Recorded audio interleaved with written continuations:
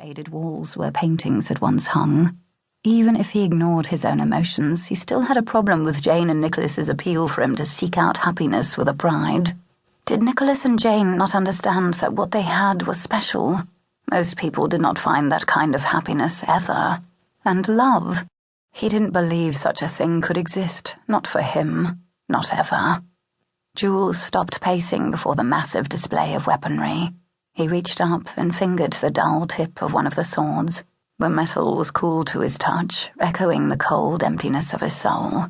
Happiness was a rare commodity, and wanting something more than what life had offered him so far would only lead the way to more disappointment and pain, which was why he had created her. Jules smiled as his gaze moved to the third letter on the desk. A letter from Claire, his newly created wife.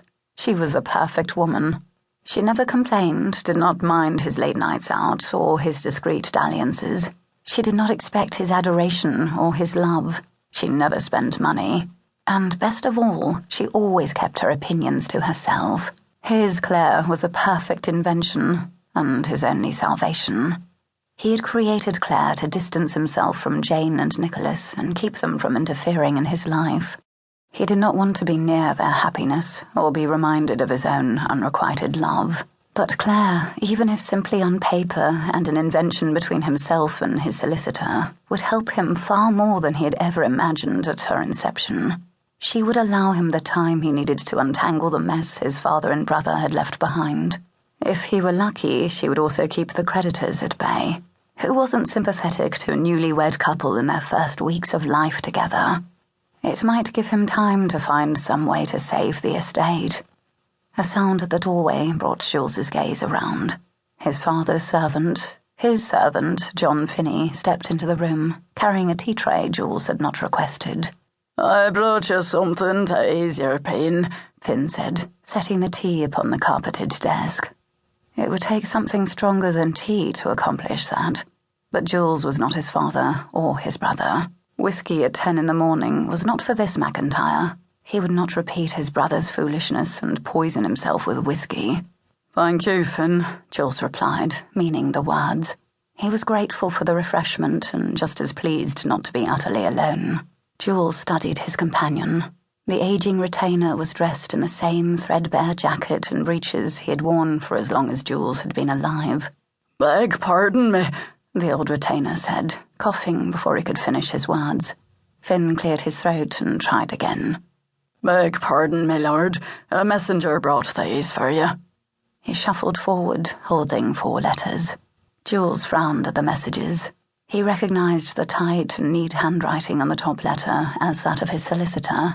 The other 3 were most likely duns or more pleas from Nicholas and Jane for him to pursue happiness and love. Jules' frown deepened at the lack of a silver salver or even a wooden platter to deliver the messages upon. The silver had long since been sold, along with all of the paintings, most of the furnishings, and anything else that could fetch a price and keep the creditors at bay for a few days more. Jules reached for the first letter. As expected, it was from his solicitor, Grayson, but the contents were not what he had counted upon at all. Ever since Jules had created his wife, Grayson had stepped into the role of her scribe and had been sending him 1 letter each week for the past 5 weeks in the voice of Claire. Jules' fingers tightened on the letter. He could only focus on a few words. "Your father, no money. Unknown benefactor." Jules closed his eyes and concentrated on his breathing. Then, very slowly, he opened his eyes and read the letter in its entirety. He had waited for this information for the past 7 months since his release from jail.